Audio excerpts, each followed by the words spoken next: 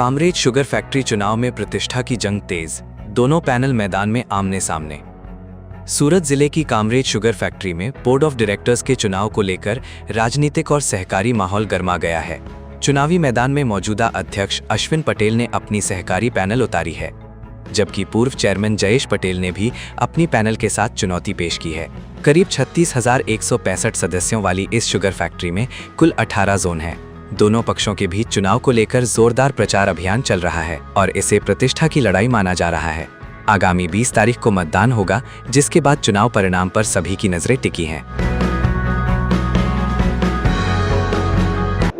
આ સુગર સ્વર્ગસ્થ ગોરધન કાકા સ્થાપેલી એમના આદર્શોને ચરિતાર્થ માનીને છેલ્લા 5 વર્ષથી જે મેં પરિશ્રમ કર્યો છે, મારા અધિકારી કર્મચારીઓ જે ખંડથી લગનથી આ ફેક્ટરીમાં કામ કર્યું છે અને સભાસદોએ મને જે અવિરત પ્રેમ આપ્યો છે, ત્યારે મને વિશ્વાસ છે કે આવનારા દિવસોમાં કામરેજ સુગરનું સુકાન મારી સહકાર પેનલ હેઠળ નેજા હેઠળ તમામ ઉમેદવારોને વિજયી બનાવશે એવો મને દૃઢ વિશ્વાસ છે અને આવનારા દિવસોમાં આ સુગર ફેક્ટરીને આજે છે ત્યાંથી નવી ઊંચાઈ સર કરીને સમગ્ર ખાણ ઉદ્યોગમાં પહેલા નંબરે લઈ જવા માટે હું કટિબદ્ધ છું।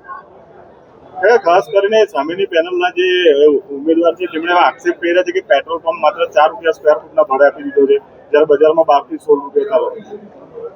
સાહેબ, આ પેટ્રોલ પંપ આપ્યો ત્યારે પેપરમાં જાહેરાત આપેલી,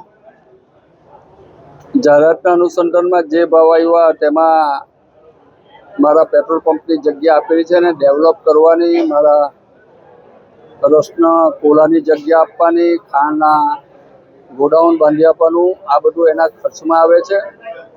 આક્ષેપ કરનારા તો બધું જુદું જુદું બહુ કરતા હોય, પણ આટલી પારદર્શકતાથી જાહેરાત આપીને કામ કરીને જનરલ સભામાં મેં કહ્યું છે કે 17 કરોડ 85 લાખ રૂપિયા 30 વર્ષમાં આનું વ્યાજ ભાડું આવવાનું છે। આ તમામ વાતોથી સભાસદો વાકેફ છે, પણ ચૂંટણી આવે એટલે આક્ષેપ પ્રતિ આક્ષેપ થાય।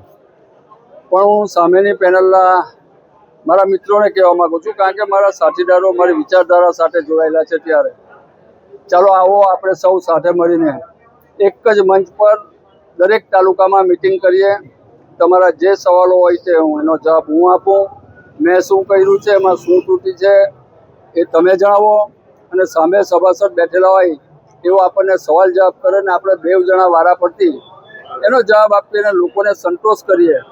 બાકી આજની જે ચૂંટણીઓ મારી સુગર કે અન્ય સુગરની ચાલતી હોય એમાં આક્ષેપ પ્રતિ આક્ષેપ થતા હોય, પણ સભાસદ સુધી સાચી વાત શું છે એ 2 જણા એક મંચ પર આવે તો જ ખબર પડે। અને ફોરેનમાં આ રીતે ચૂંટણી થતી છે, આપણે પણ સભાસદોને આ રીતે માહિતગાર કરીએ તો સભાસદોને પણ વિશેષ માહિતી મળે। GM न्यूज़ के लिए निलय चौहान, तालुका मांगरोल, जिला सूरत।